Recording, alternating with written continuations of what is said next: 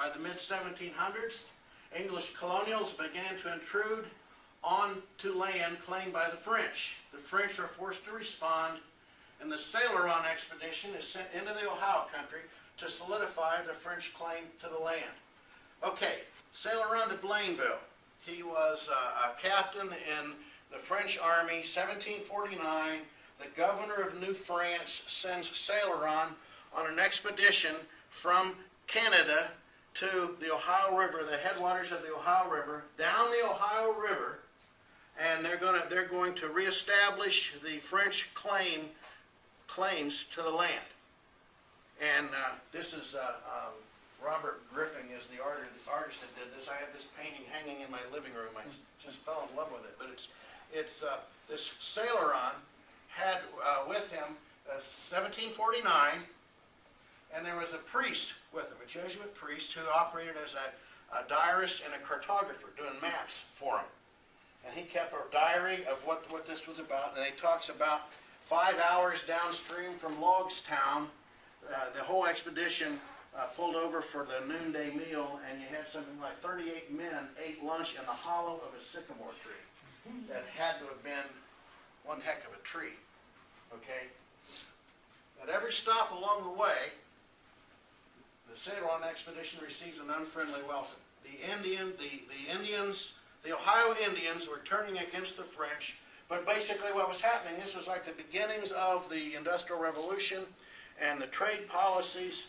Basically, the Indians could get a better deal with their furs from the English than they could from the French, and it's going to create problems. Okay, it's going to create problems for the French. So they receive an unfriendly welcome. The Father Beauchamp says, oh no, the problem was that these Indians were addicted to alcohol, and they liked English rum better than French brandy. Okay, and that's the reason we're having trouble with it. So rum liquor is, what is it, brandy's dandy, but rum liquor is quicker, I guess. But at any rate, we're going to have problems for the French. Here is these lead plates. What they did was they had these lead plaques that had a message embossed on them, and where the tributaries to the Ohio River, where they emptied into the Ohio, they were going to bury these lead plaques at the base of the biggest tree near the mouth of the tributary. And they were going to have a tin plaque with the same message. And if you know the history, you don't have to know French. I can impress you that I can read French, but I can't. But if you know the history, it's 1749, the reign of Louis XV, King of France. And a Sailor-on is a commandant of a detachment. He's an envoy of Glacier, the Commander General of New France. And basically, they're going to bury these lead plaques, as basically it's like a no trespassing sign for the French to tell the English that, hey, this is going to solidify our claim to the land. So this is an original historic document. This is Father Beauchamp's map, and then he marked where they buried these lead plates as they're going down the Ohio River.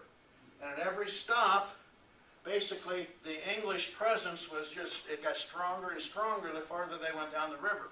When they got down to the point where, here's the Muskingum, and this is the Kanawha, then this is the Scioto. When they get to the point where the Scioto, basically the welcome there was so unfriendly they didn't even get out of the canoes. And they decided it was time to get back. They buried the last one at the mouth of the Great Miami. If you could find one of these plaques, only 2 of them have ever been found.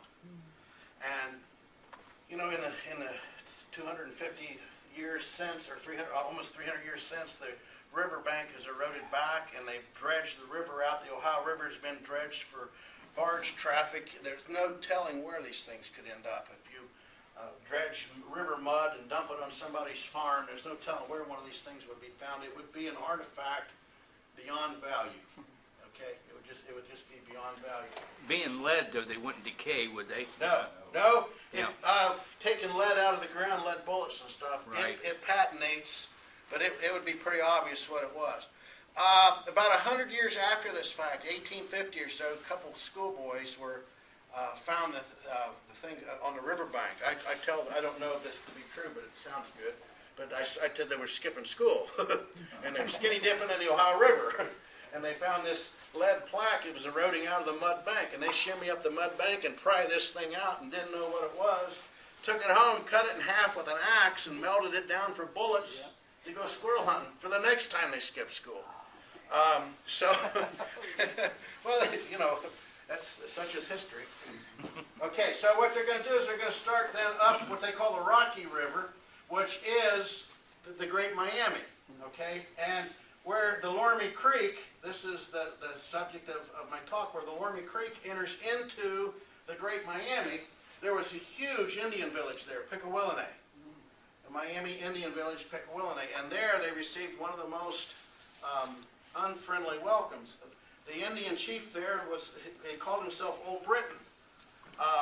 The French called him La Donzelle, which I thought, I'd been told one time that was because he dressed real fancy, and these Indians would have a way, if they traded for white man's clothing, and you had guests in the village, and you had 2 or 3 shirts, you want to show the guy how rich you are, you just put them all on at one time, where all the fancy clothes you have at one time.